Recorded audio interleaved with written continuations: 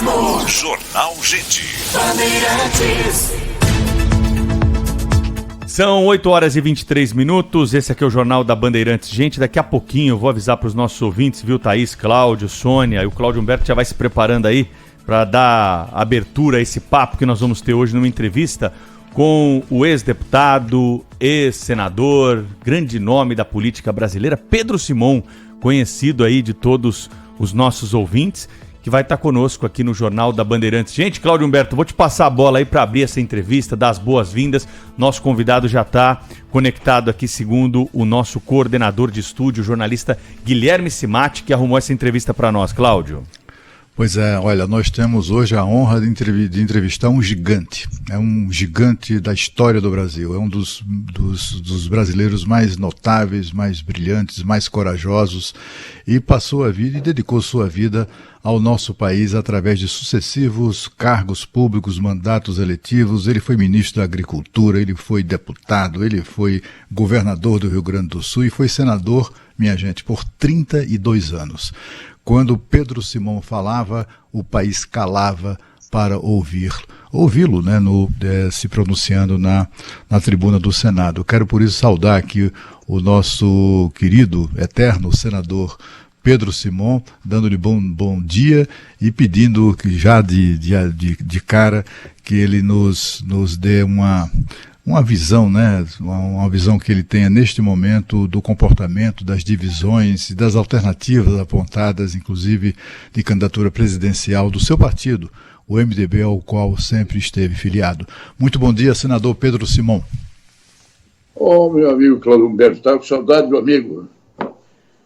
Aqui, recíproco. 92 anos, 5 anos longe da tribuna, é uma alegria poder conversar contigo, sabe? Tenho te acompanhado, realmente tu é uma das vozes que falam e que chamam a atenção por um momento que nós estamos vivendo. Eu te agradeço muito esse convite, que na verdade eu aqui no Rio Grande, vendo essa situação, eu pelo menos devo falar alguma coisa, dizer o que eu penso na hora que nós estamos vivendo. E digo com toda a sinceridade. Nós vivemos uma época dolorosa, difícil, os anos do regime militar, do AI-5, mas aquilo passou. E nós vencemos e, graças a Deus, conquistamos a democracia. Mas eu te diria até com certa sinceridade, Cláudio Humberto, que a nossa situação hoje é um pouco mais complexa que naquela época. Naquela época, claro, era dura, era violência, era o radicalismo, mas cada um sabia o que queria. Eu, por exemplo, no Senado, na vida política, sabia o que eu queria. Tinha uma ditadura, tinha um regime de violência, nós queríamos lutar, debater para desmanchar aquela ditadura, para estabelecer uma democracia. Houve um debate nas oposições.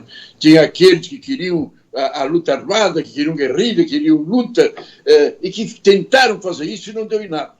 Foi quando nós, o MDB aqui do Rio Grande do Sul, reunimos uma reunião em que vieram muita gente do Rio, São Paulo, inclusive o Fernando Henrique, à época um grande intelectual, nos reunimos e estabelecemos. Não, com toda a sinceridade, nós não vamos proibir, não temos nem como fazer isso, que faça uma luta armada. Mas nós temos que estabelecer normas de chegar lá. E como é isso? Uma campanha pacífica, direta já, anistia, Assembleia Nacional Constituinte, fim da tortura e liberdade de imprensa. E foram crescendo, e isso deu certo. Então a gente sabia o que a gente queria. Não havia dúvida nenhuma. Ninguém queria a ditadura, nem queria o regime militar, ninguém queria que arbítrio que existia. A nosso objetivo era claro. Houve uma divisão entre os que queriam a luta armada e nós que não queríamos, mas se chegou ao entendimento de todos, Brizola e todos, coordenaram e nos fizemos uma unanimidade na luta dentro da democracia que nós buscávamos para chegar lá. E chegamos. Hoje é diferente. Hoje, na verdade, a gente não sabe o que a gente quer. A gente não sabe para onde que se vai. Para o Lula, para o presidente da República, o que é que a gente quer? É por isso, meu amigo Cláudio Humberto, que eu falei ontem para o Estado de São Paulo e tenho muita alegria em falar hoje contigo, vai ser exatamente isso. Eu acho que duas forças estão aí. O governo do nosso presidente Bolsonaro, que tem as coisas certas e tem as coisas erradas, mas está muito longe de ser aquilo que a gente sonha, aquilo que a gente deseja no Brasil. Essa angústia, essas interrogações, onde o próprio presidente, cada vez que fala, leva uma dúvida o que vai acontecer, o que não vai acontecer, esse debate hoje é uma coisa fantástica. Eu nunca vi presidente da República com o Supremo Tribunal discutindo a forma da promulgação da eleição, a forma de se realizar as eleições. E, do outro lado, o senhor Lula, que vive uma situação interessante. Eu tive no Congresso, na Câmara, no Senado, 32 anos. Nesses 50 anos da vida política brasileira, não se tem notícia de um político, de um homem que foi para a cadeia por ladrão, por vigarista. Não. Porque havia uma determinação do Supremo, só vai para a cadeia condenado em última instância. E no Brasil, o juiz tem que condenar, depois o Tribunal Regional, depois o Superior Tribunal de Justiça, depois o Supremo. Nunca.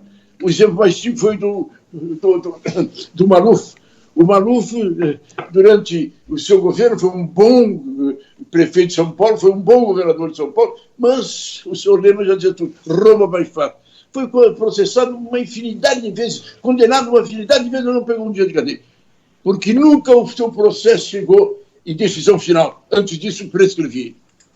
Uma decisão importante do Supremo, onde aquele juiz querido,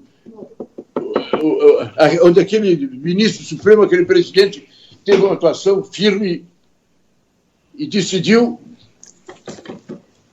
que o Supremo tomou César a decisão. Peluso.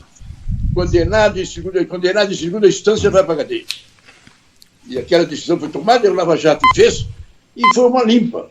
Realmente nunca aconteceu o que aconteceu. Empresários, políticos de todos os partidos, gente importante, nós estávamos no caminho. Nós estávamos no caminho de dizer o Brasil chegou lá. De repente, ou mais do que de repente, o Supremo voltou atrás, agora só vai para a cadeia condenado em última instância, anulou tudo, não absolveu. Porque muita gente está pensando, não, mas essas pessoas que foram acusadas pela Operação Lava Jato foram absolvidas, são tudo só. Não. Anulou o processo, anulou aquela decisão. Então, senador, tudo na expectativa do que vai acontecer. Senador, então, deixa eu perguntar para o senhor aí o que o Cláudio já trouxe na primeira indagação aí. O senhor, como um filiado do MDB histórico, né, que viu toda essa história que o senhor bem narrou para nós passar, o senhor é a favor de uma candidatura própria do seu partido para a presidência da República? A Simone Tebet é o melhor nome para representar o MDB nas eleições de 2022? É interessante analisar.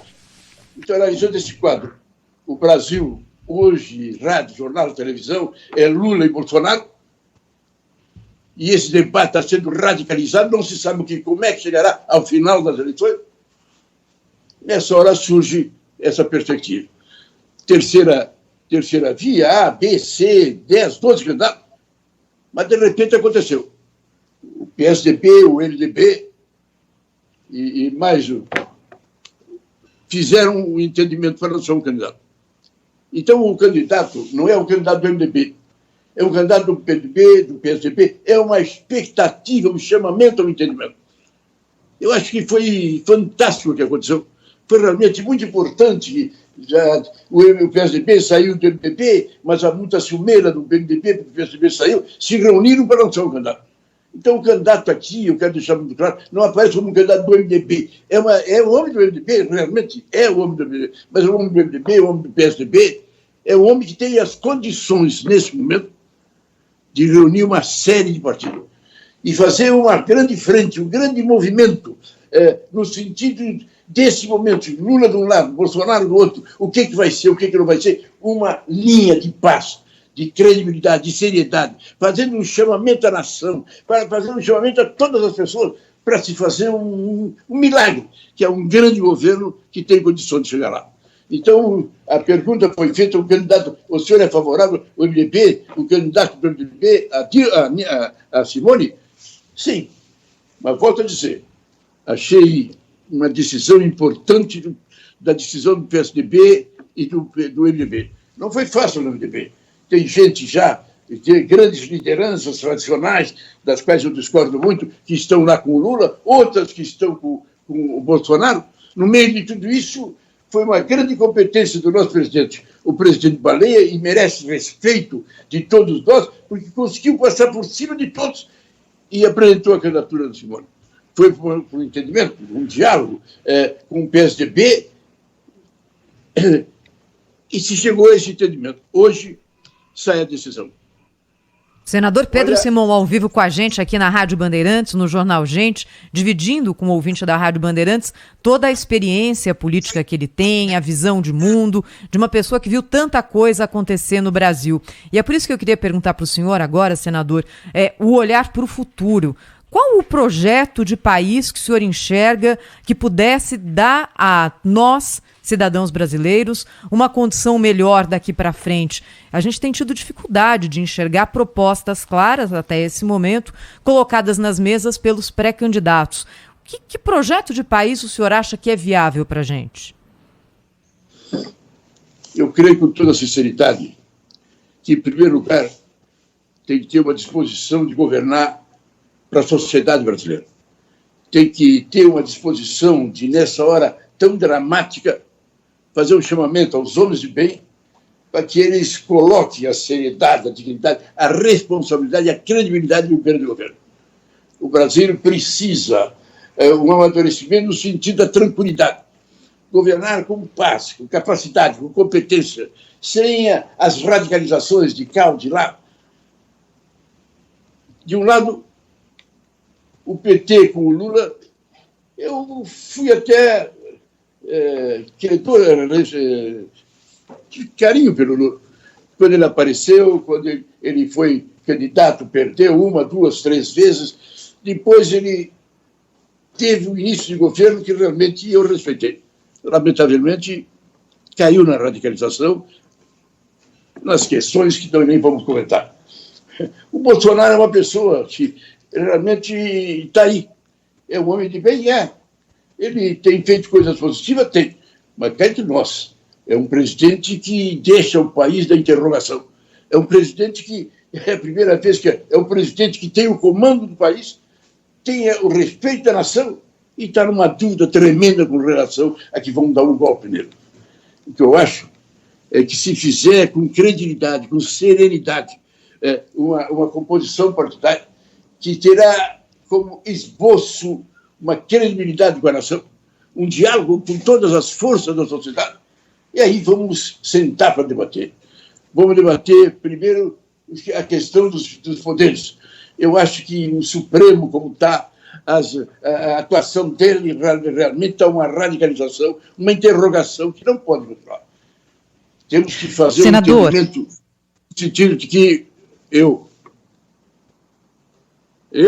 Não, desculpa, pode concluir o pensamento do senhor, é que a minha próxima pergunta tem a ver exatamente com isso que o senhor está falando. É a Sônia Blota aqui, um prazer recebê-lo no Jornal Gente, na Rádio Bandeirantes. Exatamente como o senhor disse, a polarização política, ela é um fenômeno mundial, e no Brasil ela não é diferente. Como é que o senhor avalia esse cenário, com essas colocações que o senhor está fazendo? O que está levando o mundo a se polarizar, incluindo o nosso país? Nós vivemos um momento do mundo realmente impressionante. Quer dizer, o que a Rússia fez, a agressão que ela fez, sem mais nem menos, foi uma coisa realmente que nos colocou em choque.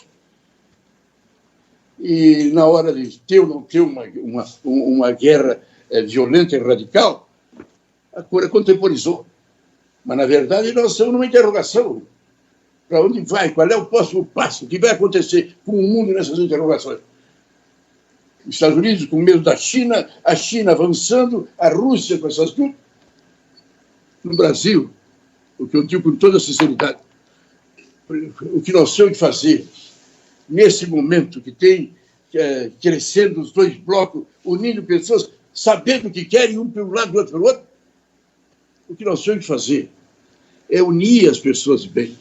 As pessoas que têm espírito público, que têm grandeza, que não têm uma radicalização, que não têm esse projeto, por exemplo, a Simone. A Simone é uma criatura fantástica, foi prefeita 8 anos do seu município lá em Mato Grosso do Sul. É uma administração, se o cara do Humberto for lá e mostrar o que ela fez em 8 anos, demonstra que ela como fez na cidade dela, ela pode fazer no Brasil. Professor universitário intelectual. Chegou no Senado de 8 anos, foi presidente da Comissão de Justiça. Pela primeira vez, um grande feito, as mulheres, hoje no Senado, têm um número expressivo, elas são gente, elas falam. E a Simone foi escolhida a líder, a primeira líder da senadora de todos os partidos, é ela. Então, o que eu quero dizer, e vou dizer muita coisa, meu amigo Cláudio Humberto, queria me dirigir, eu quero conversar com o Fernando Henrique, que hoje ele está numa situação realmente muito importante. Ele, presidente nacional do PSDB, uma liderança importante, praticamente ele está decidindo o apoio que ele está dando ao governador, o ex-governador de São Paulo, para que ele seja o candidato, é o que está. Se a interrogação não fora isso, hoje já teria sido decidido. Eu acho que o Fernando Henrique tem que parar para pensar. Ele, pela responsabilidade que ele tem, se essa coisa não suceder, der errado, porque o governador, eu tenho o maior respeito pelo governador de São Paulo, o ex-governador, foi um bom prefeito, foi um bom governador. Na luta da vacina, ele teve uma posição muito mais positiva que o presidente, ele botou o Estado de São Paulo e fez com que as coisas acontecessem. Não sei o que está acontecendo. O que eu sei é que realmente ele empacou. Então, nessa hora, não podemos fazer uma coisa dessa, que ninguém tem culpa, ele podia ser o candidato. Se ele tivesse saído candidato e fosse um candidato natural, ele era um candidato natural, mas não deu. Então, nessa altura, o Fernando Henrique não pode fazer o que ele está fazendo como presidente de honra do partido, determinar, tem que ser. Ele tem que aceitar. E ter um chefe de grandeza, conversar com o ex-governador, dizer para ele as coisas acontecem, esse não é o momento dele, aconteceu. Então, ele, em vez de ir para o tudo ou nada e ficar numa posição que ele vai ser humilhado, vai ser espezinhado pelo povo, ele que tem um ato de grandeza, tem um ato de grande compreensão e aceite o entendimento. Por que eu digo isso? Porque nós vamos aqui debater, discutir, mas não dá em nada. Hoje são, por amor de Deus, vai para 35 partidos. Quando nós, lembra, Cláudio Humberto, lutamos para ficar MDB e Arena até a Constituinte, e na Constituinte, convocada a Constituinte, seguiu a Arena e a B e se abria o leque para a composição do partido, dentro de esquema, dentro de responsabilidade para cada um. Não deu. Extinguiram os partidos, criaram novos e hoje estão com quase 40 partidos. O que vai acontecer? Se o Fernando Henrique der força e o PSDB e MDB se reunirem e fizerem esse entendimento é uma coisa das mais importantes da nação. É o momento que nós vamos nos entender. Não é para o MDB, não é para o PSDB, não é por A, B ou C. É um projeto de nação feita pela sociedade, onde vamos ouvir as igrejas, vamos ouvir os sindicatos, vamos ouvir as lideranças, vamos ouvir os intelectuais, vamos ouvir o conjunto e vamos fazer o esquema. Então, ao lado do Lula, com o que ele quer dizer, ao lado do seu Bolsonaro com as suas complicidades, vai aparecer um projeto de responsabilidade que tem como embasamento a preocupação, a angústia que a sociedade está vivendo, que pode ser feita.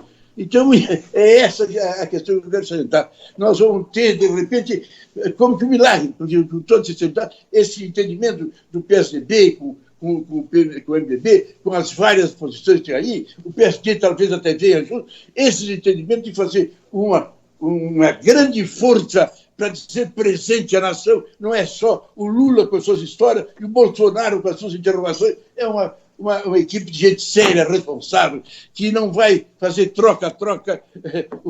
O centro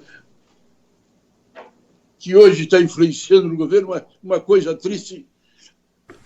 O Centrão. Um grupo dos parlamentares que formaram o Centrão e que decidem para lá e para cá, isso vai desaparecer. Senador, o seu como...